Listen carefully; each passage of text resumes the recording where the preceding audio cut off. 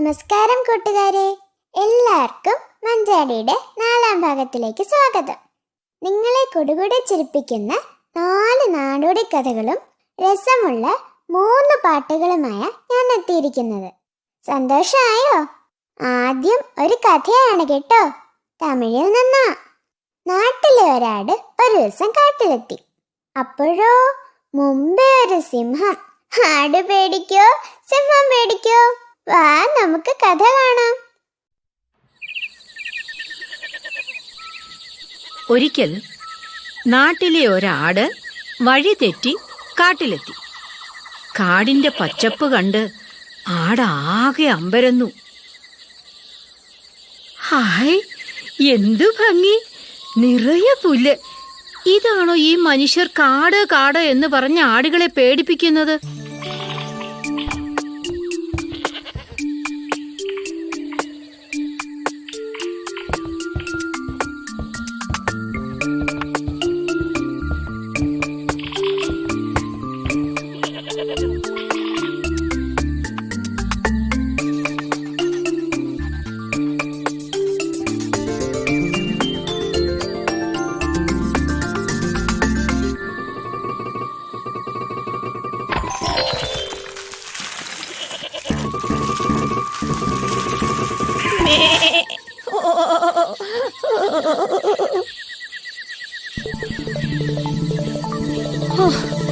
ഇനി വയ്യ, ഏതായാലും അങ്ങോട്ട് കയറിയിരിക്കാം.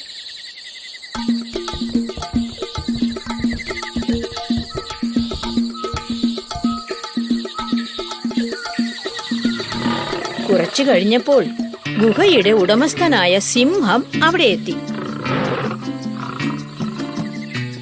എന്റെ ഗുഹയിൽ കയറാൻ ധൈര്യമുള്ള മറ്റൊരുവനോ?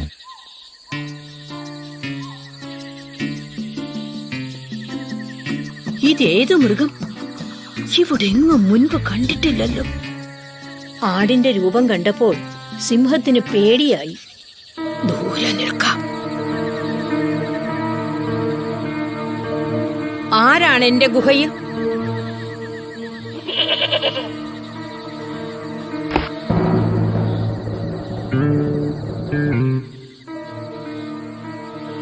ഏതായാലും മരിക്കും.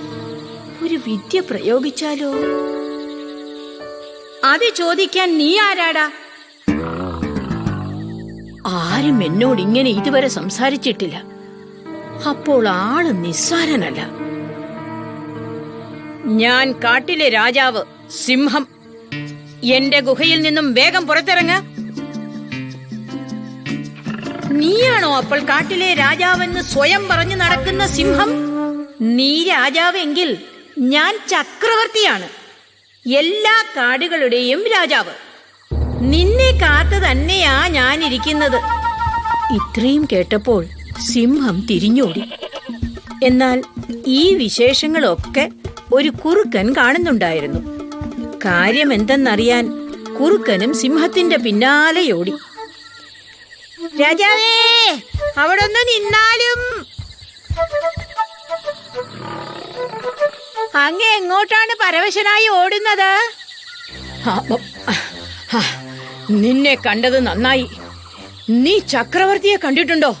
ചക്രവർത്തിയോ? അതെ, അങ്ങനെ ഒരു ജന്തു എന്റെ ഗുഹയിൽ കയറിയിരിക്കുന്നു. ഇനി ഈ കാട്ടിൽ രക്ഷയില്ല. രാജാവില്ലാത്ത മറ്റേതെങ്കിലും കാടുണ്ടോ എന്ന് നോക്കട്ടെ. ഈ സിംഹത്തിന് പൊണ്ണത്തടി മാത്രമേ ഉള്ളൂ, ബുദ്ധി തീരെയില്ല. പ്രഭോ, അങ്ങേ ആരോ പറ്റിച്ചതാ. വാസ്തവം എന്തെന്ന് ഞാൻ നോക്കിയിട്ട് വരാം. വലിയ ധൈര്യശാലിയല്ലേ? പോയി നോക്കിയിട്ട് വാ, മൊണ്ടൻ. കുറുക്കൻ ഓടി ഗുഹയ്ക്കടുത്ത് ചെന്നു. വെളിയിലുള്ള കാൽപ്പാടുകൾ കണ്ടപ്പോൾ തന്നെ കുറുക്കന് ആളെ പിടികിട്ടി.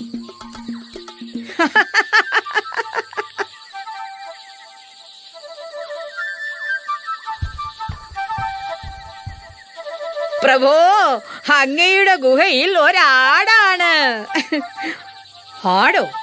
അത് നിനക്കെങ്ങനെ അറിയാം? ഞാൻ എത്രയോ ആടുകളെ ഗ്രാമത്തിൽ നിന്നും മോഷ്ടിച്ചു കൊണ്ടുവന്നിരിക്കുന്നു. അങ്ങ് ധൈര്യമായി വന്നാലും പേടിയാണെങ്കിൽ എന്റെ പുറകിൽ ഒളിച്ചാൽ മതി. കാട്ടിലെ രാജാവായ ഞാൻ നിസ്സാരനായ ഒരു കുറുക്കന്റെ പിന്നിൽ ഒളിക്കുകയോ? പ്രഭോ, നമ്മുടെ വാലുകൾ തമ്മിൽ കൂട്ടിക്കെട്ടാം. ആ ജന്തു തിന്നുകയാണെങ്കിൽ ആദ്യം എന്നെ തിന്നട്ടെ, അങ്ങ് വന്നാലും. അങ്ങനെ വാലുകൾ തമ്മിൽ കൂട്ടിക്കെട്ടി സിംഹവും കുറുക്കനും ഗുഹയുടെ മുന്നിലെത്തി. കുറുക്കനെയും സിംഹത്തെയും ഒന്നിച്ചു കണ്ട ആടിന് വെപ്രാളമായി. പക്ഷേ അവരുടെ വാലുകൾ കൂട്ടിക്കെട്ടിയിരിക്കുന്നത് കണ്ടപ്പോൾ കാര്യം പിടികിട്ടി. അപ്പോൾ ഈ കുറുക്കന്റെ ധൈര്യത്തിൽ ആ സിംഹം തിരിച്ചു വന്നിരിക്കുന്നത്. ഇപ്പൊ കാണിച്ചു കൊടുക്കാം. എപ്പോ എത്തി ചക്രവർത്തി? കുറച്ചു നേരമായി ചങ്ങാതി, നിന്നെയും കാത്തിരിക്കാൻ തുടങ്ങിയിട്ട്. അത് സാരമില്ല, സിംഹത്തെ കൊണ്ടുവന്നല്ലോ, അത് മതി.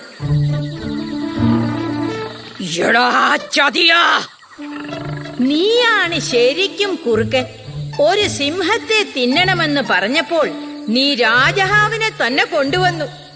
എന്താ മടിച്ചു നിൽക്കുന്നത്? ആ കിഴവനെ ഇങ്ങോട്ട് തള്ളിവിട്, അതോ ഞാൻ അങ്ങോട്ട് വരണോ?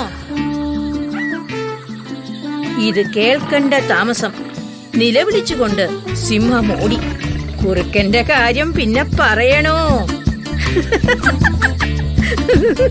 ഹിയാ!